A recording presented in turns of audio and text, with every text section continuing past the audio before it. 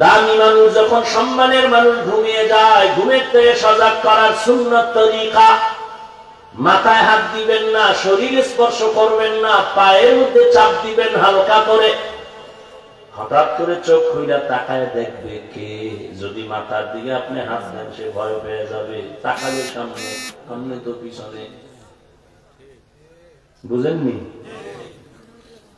জিবরাইল আমিন নবীকে উঠাইয়া বলে আল্লাহ দাওয়াত দিছে চলেন।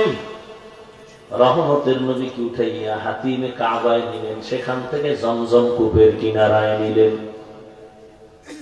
রহমতের নবী বলেন আমাকে জিবরাইল জমজম কূপের কিনারায় নিয়ে চিৎভাবে শোয়াইলেন।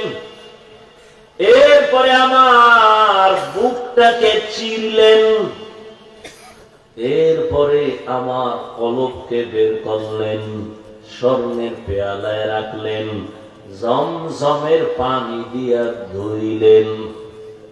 খেয়াল করেননি? এরপরে কলব ভেতরে রাখলেন, হালকা চাপ দিলেন, আমার বুকটা আগের মতো হয়ে গেল, রক্ত গেল না, সেলাই লাগলো না, ব্যথা পেলাম না। এইভাবে আমি তাকায় সব দেখতেছি কি হচ্ছে। জমজম কূপের পানি দিয়া ধুইয়া কলবটা আমার ভেতরে রাখলেন। ডান পার্শ্বে আমার 70,000 ফেরেশতা, বাম পার্শ্বে 70,000 ফেরেশতা, সামনে 70,000 ফেরেশতা, পেছনে 70,000 ফেরেশতা। আমি এবার ওইটা বসলাম। জিবরাইল বলে জমজম পানি দিয়ে ওযু করেন। আমি ওযু করলাম। এটাকে বলে ওপেন হার্ট সার্জারি। এই দুনিয়ার চিকিৎসা বিজ্ঞানীরা ওপেন হার্ট সার্জারি করে লাভ দিস না।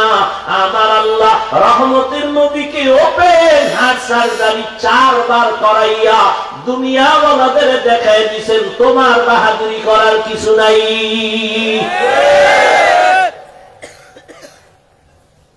ওপেন হার্ট সার্জারি নবী বলেন আমার এই ওপেন হার্ট সার্জারি কুদরতের অপারেশন জীবনে 4 বার হয়েছে।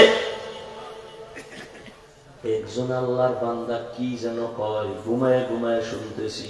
কি কয়? কয় নবীজির কলবের মধ্যে ময়লা ছিল না, তাহলে এটারে বাইর করে আবার ধুইল কেন? এটা মিছা কথা, এগুলি হয় নাই। নবীজির কলবের মধ্যে ময়লা নাই। এবার আমাকে আপনারা জবাব দেন, রহমতের নবী গোসল করতেননি? বলেন। নবীজি ওযু করতেননি? করতেন। কেন আমরা ওযু করি না? কেন?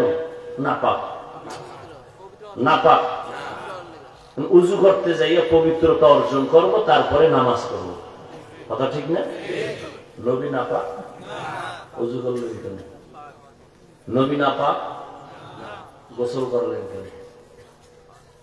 এই প্রশ্নের যেই জবাব, নবী পবিত্র কলব ধুইলেন কেন, এই প্রশ্নের সেই জবাব। এরপরে আসেন,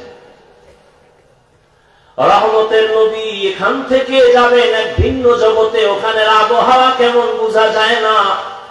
আল্লাহ কলবের মধ্যে আলাদা পাওয়ার দান করলেন। পাওয়ার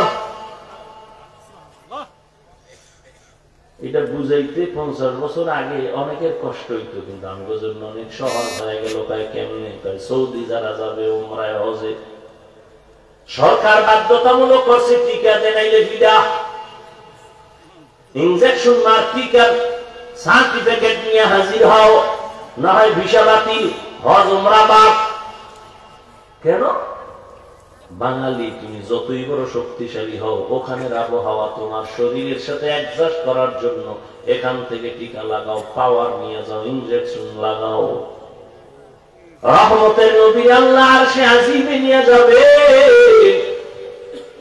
ওখানের আবহাওয়া ভিন্ন। আমার আল্লাহ কুদরতি অপারেশন করে পাওয়ার দিলেন।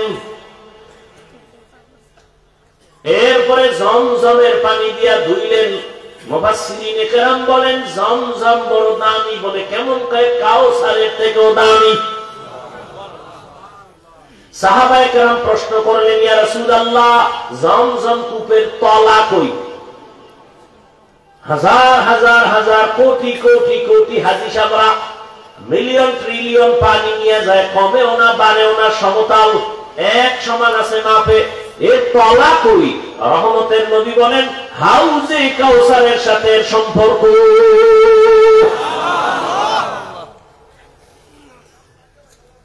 জমজমের পানি সারা দুনিয়ার চিকিৎসা বিজ্ঞানীরা একমত, জমজমের মতো বিশুদ্ধ পানি দুনিয়ার কোথাও নাই। দুনিয়ার যত পানি পান করো পিপাসা মিটে, ক্ষুধা মিটে না। জমজমের পানির মধ্যে এত বরকত, শুধু পিপাসা মিটে না, মারাত্মক ক্ষুধাও মিটে যায়।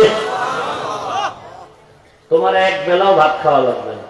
বাঙালি তো যত খাওয়াই এরপর বলবে লাগবেই। মক্কা যাইয়া আয় হা হজ করতে যাইয়া খানা আইতেছে 5 মিনিট দেরি, মুআল্লিমের 14 গোষ্ঠী জাহান্নামে ঢুকাইতেছে বয়ে বয়ে। আরে কাঁচা গালি